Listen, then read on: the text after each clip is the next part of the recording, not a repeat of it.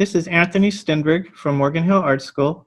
I'm here today to show you a video on found object sculptures, and I have several of them. I'd like to thank first Santa Clara County Public Library System for inviting us to work with you guys. This is a really short video, so I won't be able to show you like so much of the project, but I'll give you like a lot of information in a period of time. I'm going to show you first a screen share of where I find a lot of projects. It's a art company called Dick Blick, and you can see here you'll go to the for educators right there on the top, and then when you click there, it'll send you to these free lesson plans. You can go through there, and there's a lot of information on those. And I'll show you some projects based on those right now. Okay, first project I have here is based on Yayo Kusama. I'll show you a really quick screenshot here. This Yayo Kusama, as you can see, she's 91 from Japan. If we go to the images there's a lot of videos on her as well. You can see she's into installations in rooms, heavily into polka dots. So you'll see this project here has a lot of polka dots on that and a lot of dots. So basically what I started with is I found objects that are circular, and I traced out on my board and then added color. If you look at the drawing video I did this project on the drawing video, so you can refer back to that, and I'll show you how I laid this out. Upon this step, I would be on a more rigid surface, of course, like a little board or something. And then now on top of this, I'll start laying these objects on top. And again, with this one, I was trying to find all circles. I have an abundance of things at my disposal, though, because I'm in an art school. So I have a lot of things that are already circular, and they're like different sizes, buttons, and so on. Things that are tall, things that are short, so I can get a lot of different levels. However, if you don't have that, that's fine. You can find objects around your house that are different too. So I found rectangles, and I used those and incorporated the rectangles into this piece as well. I was still considering my colors, and I tried to keep colors the same. However, you can color on top of any of these objects with like Sharpies, as I did here, to help the colors. And then on top of the white button there, I added some Sharpies to that too. You can also paint on top of these, and that's another project to do. So basically, again, I arrange circles on a board, and I'll make patterns and designs that way. And I'm using a pretty strong glue. I like this Elmer's Extreme Glue, available from Walmart, to add these pieces to. Wood glue works fine too, but sometimes you get a little bit of a colored residue with that wood glue left behind. I'd be careful with hot glue. That works pretty good, but hot glue, you be careful with not burning yourself. And again, I'm trying to create patterns. I'm trying to keep colors consistent. And this will lead us into another type of a project, perhaps, if you don't have like a lot of colors that are very consistent. And I'll show you that one next. Here's another project where I was able to find colors, but if in the absence of not being able to have colors and create something like a relief sculpture that's objects that are both on my board and popping off my board, I just propped these up with pieces of wood that I found, but I did have colors that were consistent. But perhaps I don't, right? I have stuff like this, right? It's all different colors. I have a box here that I can use. I always hold on to like empty boxes. So this box here I can use to like mount these pieces in, for example. So I can put like, you can arrange these pieces and create a sculpture this way inside of your box. You can still have different depths and heights of objects, right? Just glue them down, play with your arrangement until you find something you like. Again, I have all this other stuff here. You might have like little plastic cups you can use, lids, corks, all kinds of anything that, things that you think you're going to throw away. They can be different shapes, different colors. And you would arrange on the inside like this, right? Just with different stuff, but fill up your whole box, go up, down. You can overlap things, so you can glue that on top of that, and so on, right? So like what I was thinking with this guy here, right? So I can add more things onto this and build it up even higher. But what I thought about this one was it's Louise Nevelson. So I'll show you that in just a second. Okay, so I'm going to show you Louise Nevelson right here.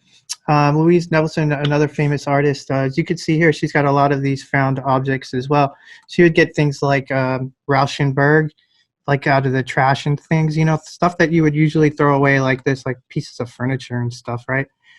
Pieces of metals or whatever, right? And it's all, you can see it's all kind of like contemporary, or all, you know, similar objects, right, that she's finding. But what I like about this is that none of these objects are the same color, but that's what I was saying, in lieu of being able to, you know, have objects that are in patterns. Now at this point, or even with this point, once I build it inside this box, I can take white paint and just paint everything white. I can paint everything black, everything gold. I can just apply one color to everything within this box like Louise Nevelson did. And I think that would make a really cool project too. So again, you know, just, you know, found objects. I have this wood that I can put inside of here as well and build up different designs too. So I can do things like that, keep them really tight together. She seems to cramp things right on top of each other. So it's probably something to do perhaps with, you know, like living in a city and stuff, how everything's so close together. Perhaps that's maybe what I'm symbolizing out that. I'm not sure. I'll show you another one. Now this one is Jean Tinguely. He's an Austrian sound sculptor. His are all motorized, and I'll show you that. But this is a really fun one to do too. If you have, really, you just need string and like, I mean, you need like metal things that are going to knock together and make noise, right? It can be harmonic, it can be not, like it can purposely not be like a pleasant sound. Like I made this to like annoy my wife or something. But anyways, again, it's just found, I opened up like a paper clip there, glued that down, found some little bits of gold paper. I found some like these little silver stars, little sequins that I was able to glue on there. Then on the top, I put holes on the top of my little box, and then I'll attach these metal and wood pieces to that, so when they move around, they knock each other around. So again, with that too, I went to like, you might have, a lot of people have like a mix match box or something in their garage or something full of like bolts and things that you got from other projects or other things that you've bought over the years that you don't know what to do with these screws and bolts. But that's a pretty good project to do with this, and it's really fun. These caps actually make noise, so really get it noisy. You probably hear that. And that's based off of Jean Tinguely. So I will share that with you here. Here's Jean Tinguely. His is all motorized again, so it'd be good to watch these videos and you can see like that, the clothes moving around and stuff. It's really cool. And this is, again, found stuff that he's just, you know, things people would normally throw away. He's attaching motors to them and making them move around.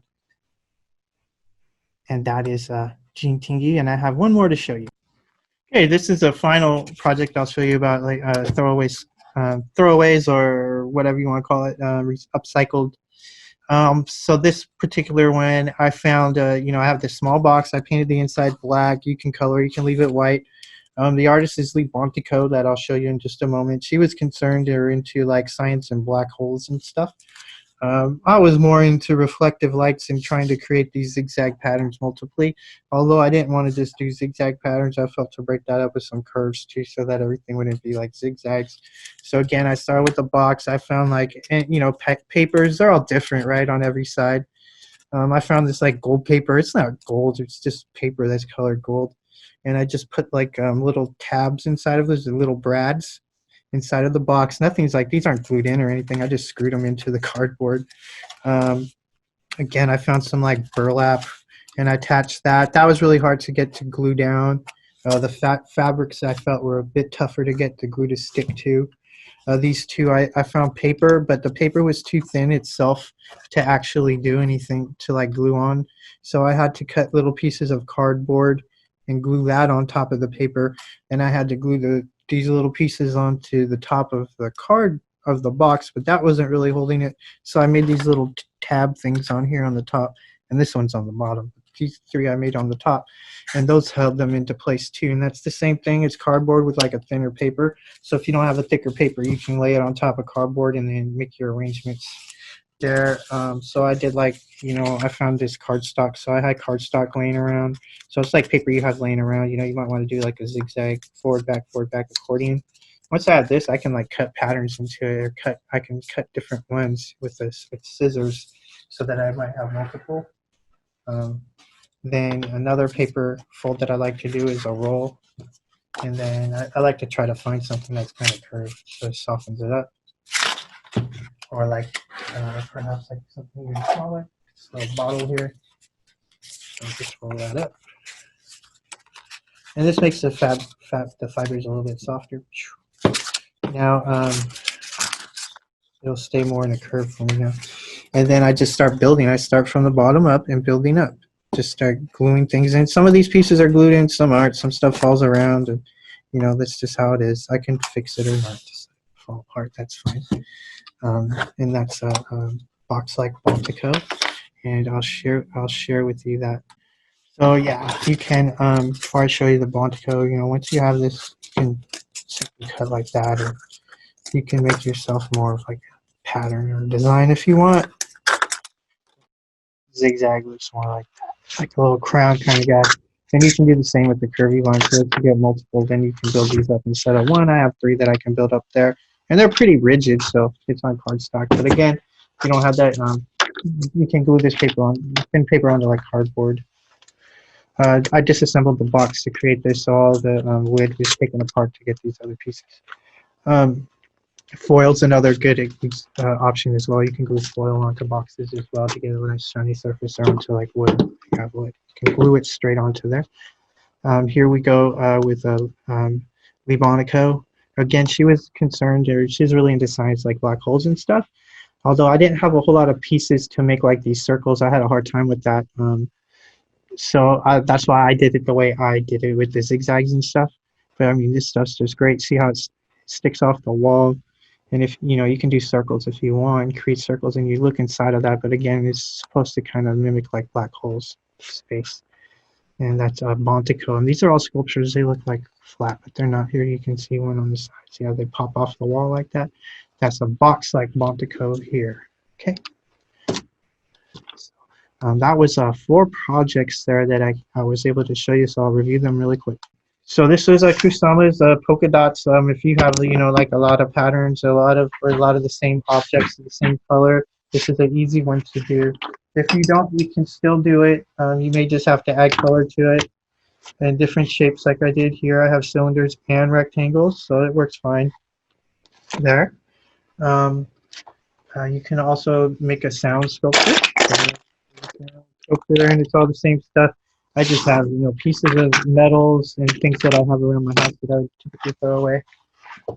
Then there is the Louise Nevelson's that she would have here. I can continue on with this or paint it all white like I showed you inside of this box. She likes to keep everything tight together inside of those, so I can keep adding to these and get different depths once it's all filled up and glued in, or choose one color to paint it in, gold, maybe black, maybe white.